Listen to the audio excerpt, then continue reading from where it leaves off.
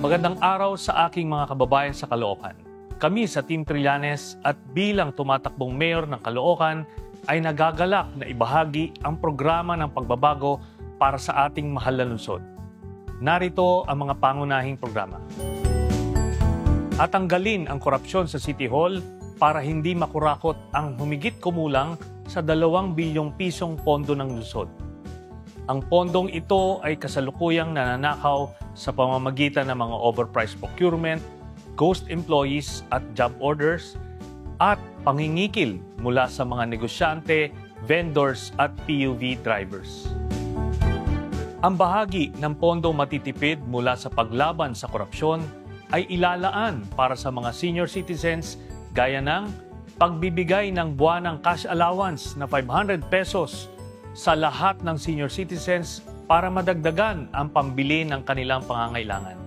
Gagawin din nating 1,000 pesos na ang birthday gift ng mga seniors at ipapadala sa buwan ng kanilang kaarawan para agad mapakinabangan. Ang buwanang cash allowance at birthday gift nila ay maaari nating ipadala through GCash para mas mabilis matanggap na hindi na kailangan pumila at mahirapan ang ating mga senior citizens. Pagdating sa programa para sa kalusugan, aayusin at itataas natin ang kalidad ng mga ospital sa Caloocan para mas maraming makinabang. Dadagdagan natin ang mga gamot, doktor at nurse at maglalagay ng mga modernong equipment para mas maalagaan ang ating mga kababayan. Bibigyan din natin ng prioridad ang pag-aayos ng mga health centers sa iba't ibang barangay at magbibigay tayo ng 1,000 pesos na cash allowance kada buwan bilang rice subsidy para sa lahat ng barangay health workers. Sa peace and order naman, magtatatag tayo ng Emergency Management Command Center para mas mabilis at mas epektibong pagresponde sa mga kalamidad, krisis at krimen. Pagdating sa crime-prone areas sa Caloocan, bubuo tayo ng mga 24/7 quick response teams at magkakaroon ng sistema para sa epektibong citizen patrol. Mag-install din tayo ng maraming high-resolution CCTV cameras na may facial recognition software, paiilawan ang mga madidilim na lugar sa lungsod at magdadagdag tayo ng police visibility para masiguro ang kaligtasan ng lahat. Sa pagpugsa ng iligal na droga, magtatatag tayo ng rehabilitation center para bigyan ng pagkakataon ang ating mga kalunsod na nalulong sa iligal na droga. Ang kaakibat nito ay pagbibigay ng trabaho sa mga makakatapos ng rehabilitation program.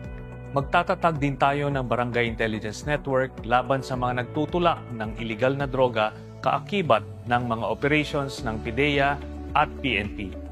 Sisiguraduhin nating zero tolerance pagdating sa mga drug pushers sa Caloocan. Sa usaping reforma sa gobyerno, i-computerize natin ang mga business processes sa City Hall para mapabilis ang pagbibigay ng social services at hindi maantala at makikilan ang mga negosyanteng nag-a-apply o nagre-renew ng kanilang mga business permits. I-regularize natin ang mga qualified na casual employees ng City Hall at i-renew ang mga job orders na maayos ang serbisyo. Bukod sa pagtanggal ng korupsyon at pag-computerize ng business processes sa City Hall, hihikayatin natin ang mga negosyante na mag-invest sa Caloocan sa pamamagitan ng 3-year tax holiday para sa mga bagong negosyo upang makalikha ng libu-libong trabaho para sa mga taga-Caloocan. Pagdating naman sa existing businesses sa Caloocan, magkakaroon tayo ng decrease sa business permit renewal fees na hanggang 50% sa susunod na 3 taon. Magbibigay din tayo ng presumptive approval sa mga simpleng business transactions pagkalipas ng 72 hours mula sa kanilang pag-apply para hindi maantala ang mga negosyo at para mawala rin ang pagkakataon na makapag-under the table ang sinuman. Ibababa rin natin ang real property tax o amilyar na aabot sa 40% ang kabawasan. Magtatayo tayo ng isang modernong business district na tunay na mapapakinabangan at maipagmamalaki ng Caloocan. Magbibigay tayo ng cash allowance na aabot sa 2,000 pesos kada buwan para sa mga estudyante ng University of Caloocan City. Magbibigay din tayo ng 1,000 pesos cash allowance kada buwan bilang rice subsidy para sa lahat ng public school teachers sa Caloocan. Bukod pa ito sa ibibigay natin na 2,000 pesos augmentation allowance kada buwan. Magpapamahagi din tayo ng scholarships with allowance para sa mga technical vocational courses. Dito sa Caloocan, itataas natin ang bilang ng pamilyang makakatanggap ng 4-piece. Magpapatayo tayo ng mga karagdagang school buildings, classrooms, at maglalagay ng mga computer laboratory at iba pang mga gamit. Magbibigay din tayo ng alternative learning system courses para sa mga out-of-school youth at magkakaroon ng regular na leadership at sports programs para sa mga kabataan. Ilan lamang ito sa ating planong mag-invest sa kabataan ng Caloocan.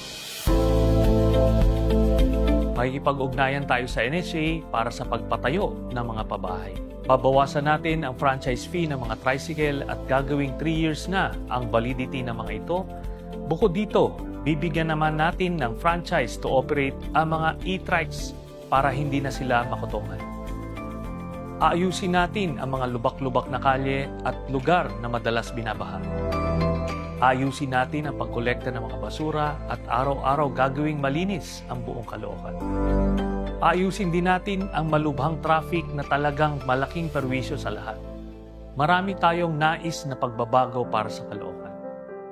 Ang aking pangako, asahan ninyo na ang bawat 5 ng Kaban ng Bayan ay mapupunta sa proyekto at serbisyong para sa mamamayan ng Caloocan. Sa darating na eleksyon, bagong gobyerno naman. Ang inyong lingkod, Sunny Trillanes for Mayor. Vote straight, Team Trillanes.